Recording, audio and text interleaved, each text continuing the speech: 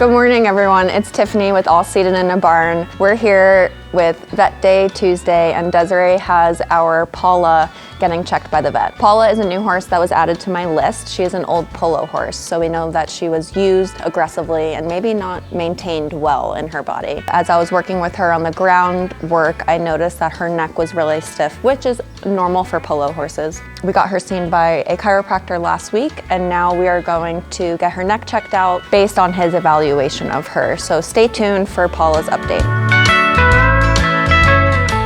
Hi, I'm Walker Reynolds. I'm the farrier out here at All Seated in the Barn, and today we're working on a horse named Cleveland. So Cleveland's a big horse. When we first came in, his feet were just so short, he was really tender. He's a Belgian draft. So we just had to get some shoes on him to keep him comfortable, and he had thin sole depth, so we've been doing Equipack on him. So we put him in the stock. He gets sedated a little bit just to help the process, and then Abe pulls the shoes on him. Today we had a lot of hoof growth, so we go through there, trim the feet, and then our shoes are so big, we put them in the fire to help us shape them, and then we burn them on, and after we get it trimmed and burned on, I can kind of look at the bottom side of my shoe to see where I need to move it. And once we get it shaped correctly, I'll take my knife and remove a little sole pressure, and then we nail them on. And then after we nail them on, we have netting in there between that helps hold our Equipack in place. And then after we get that nailed on, we'll wait for that Equipack to set up, and then we'll go ahead and finish that foot, which is clinching the nails over, and then we do it all over again on the next foot. And then an issue with these big horses when we're pouring Equipack is most of the time we're doing it on quarter horses. We just put a little duct tape, we hold the feet up. It's pretty simple, and after we pour it, it's still in a liquid or a gel form, so we'll have the horse stand down on it. So any excess pressure, it'll just kind of push the Equipack out. On this big horse, his foot's tied in, and we can't use duct tape because his foot's so big, it's just not firm enough. So we have to go with cardboard, gluing it on the bottom, taping it on the bottom. The feet are a little muddy, so our tape doesn't want to stick. So when we're setting the foot down, we just try to do it really carefully, because if he slides off, we'll lose that Equipack and we'll have to redo the process. Hey everybody, it's Nick here at All Seated in the Barn. Today we have Lucy, a Percheron draft. She is currently 6, so she's separated from her other posse right there in the arena. She came in about last week. Yeah, she's just on quarantine right now. So we have another Percheron as well, our arena. 3 other white drafts. They're out there right now because we're not using the arena. Pretty muddy, pretty slick, so that's their big turnout pasture for now. We'll probably migrate them back over into the end pen right where I'm standing with Lucy when she's no longer sick. My name is Sydney Stone. I am a recurring volunteer here at All Seated in a Barn. I'm looking to get some volunteer hours because I am majoring in pre-veterinary medicine. I heard about them a few years ago, I believe somewhere online. I was looking more into their website. I first actually saw that we're allowing visitors to come out and visit the animals, and that just re-sparked my passion for them. Since I was a little girl, I would go out to take horse riding lessons, and I would just go around and walk around and hand out treats. The more I researched into them, I was finding out that what was their purpose, and that really made me interested in wanting to learn more and help out in the community. So I definitely have gotten some insight, shadowing, walking alongside one of our volunteers, Desiree. She's really helped me get more into learning, a little bit about how horses are. I just started getting back into it, but I definitely, the more I look with the horses, I feel like I can understand them more, their body language, how to interact with them. I just feel like that would also help me later and down the line, just have a deeper connection with them and feel for them. Fletcher back here at All Seated in a Barn. Last weekend we had a bunch of rain come in. So normally when we get a bunch of rain, it causes a huge muddy mess out here. So today we're actually working on getting all these pins dug out, putting fresh shavings and pellets down. And then as you can see over here, these are pins that we haven't gotten to yet. So I just want to be able to show you guys kind of the difference between what the pin looks like after the rain comes through and then how it's supposed to look, so we can care for these horses. Super excited. Next week, I should be able to give you guys a huge update. Hopefully it's done on the paddock that we're actually building on the south side of the property. We're finally gonna get the shelter built for the horses.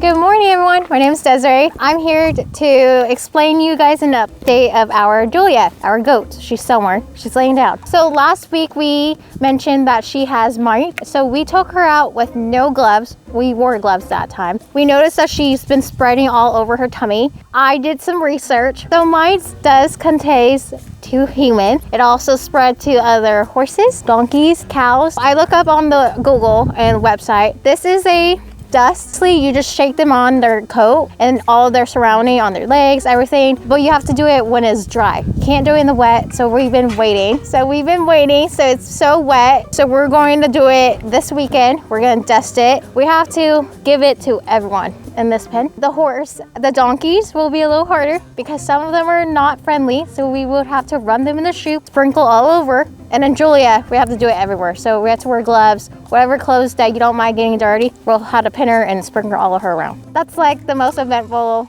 this weekend. I had to research and buy it to see what kind of dust stuff we could get rid of the mites. So I asked Fletcher if he could buy some so we could do the whole pen. I'm gonna wait till Saturday and see. I have a group of people out here on Saturday and we'll team up and sprinkle all over it, the entire pen. Okay, so this is Brutus. If you come closer, I'm hoping he doesn't kick me. So all this is fly eggs. This is his tailbone. I'm gonna squeeze my hand and he has fly eggs in it. Tailbone's a part of his tail. So once it needs to be healed, I'm going to add some antibiotics on it. It's a hot mix. And he also have cancer all over his tailbone, which we just found out yesterday when we did a dental on him. Oh.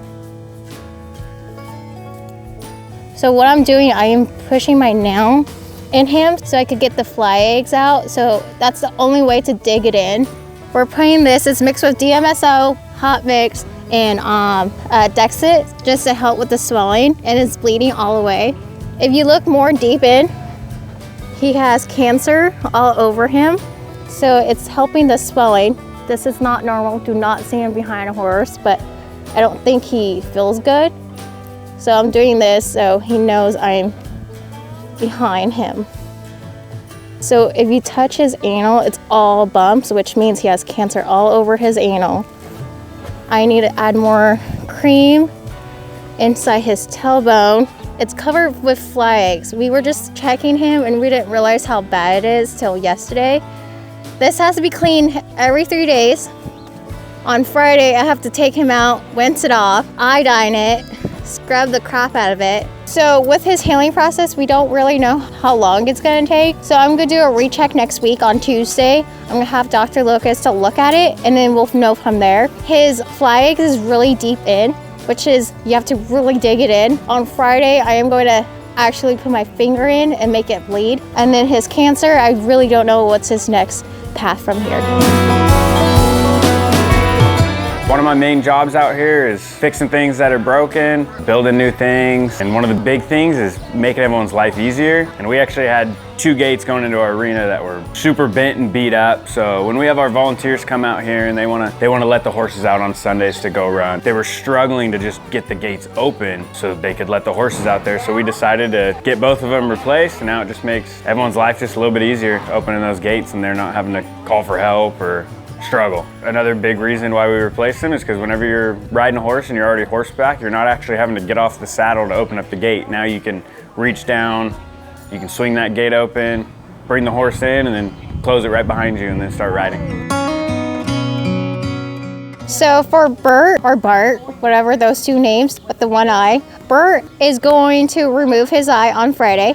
We are also going to do a dental. I don't know his age yet. So on Friday, we're gonna do him inside the stock. The stock where we do all the big guys to do their feet. We're gonna put him in there since he's so big and it's already concrete in, it's already nice and level up. Once he get his dental done, we're also gonna do his eye removal. If we need to top it off as sedation, we're gonna do that as well. His eye has no eye vision, so that's why it is so white. We're gonna just remove it. It's not gonna be a bother. Once he gets his eye stitches up, he will be into a stall, and I would have to either go with a protocol, either doctor it or make sure it's nice and dry. You don't want it too wet because he's already getting stitches in his eye. My name's Carla Nelson. I'm a volunteer. I come out and muck the stalls, and then I spend the rest of my time grooming, walking, just loving the horses, taking them treats. This is Honeybee. She's one of the older horses here. She's in her mid-30s, I believe. I'm thinking about fostering her. I lost my horse a year and a half ago, and I just miss having horses. I miss the chores, I miss the love, I miss the smells, all of it. You know, I'm doing it so they have less horses here so they can bring more horses in. I love horses. I love, these horses have been thrown away. I want to give them back and give them as much love as I can. I have grandchildren that love to love on horses, and some horses that just brings light back into their life to be around little kids. It makes me feel good, but they help me probably more than I help them. I do the same thing with dogs. I have lots of dogs. I have room, I have grass, I have, and I'm gonna do it for as long as I can. Good morning, everyone. It's Tiffany with All Seated in a Barn. One of the main things that we do with our intakes is assess them full body and see where they need to be doctored. When we saw Orion, we saw that his sheath was extremely swollen, which can cause pain and discomfort to the horses. So Leanne and I are tackling Orion today. We just sedated him, and when you sedate a horse, they drop their penis from their sheath and you can clean it better. This is absolutely crucial if you have a horse and if you have a gelding, it needs to be done. So Leanne and I are going to do it together, and if you're watching this, make sure you clean your horses. So what are we cleaning? There's dead skin and there's dirt that builds up and forms these beans in their sheath. And so as you can see over here, his pockets are really swollen, and so I'm going to assume that he has a lot of beans in there. And again, that's all debris and dirt and just gunk that builds up over time because no one was consistent with cleaning it. And so we're gonna get him all taken care of today, and he'll be feeling a lot better. We got Orion in the December auction, I believe, and so just about a month that he's been here with us, and so we're just going through all the motions and taking care of what he needs. Sabrina, treating the treat around the horses today, and then taking pictures of them sometimes. My friend from Pat Point are picking up trash can, picking up trash and stuff and feeding the horses. I like to help a lot because it's fun to help out. This is my job. I want to work here in my real life. I like to forward to work the community.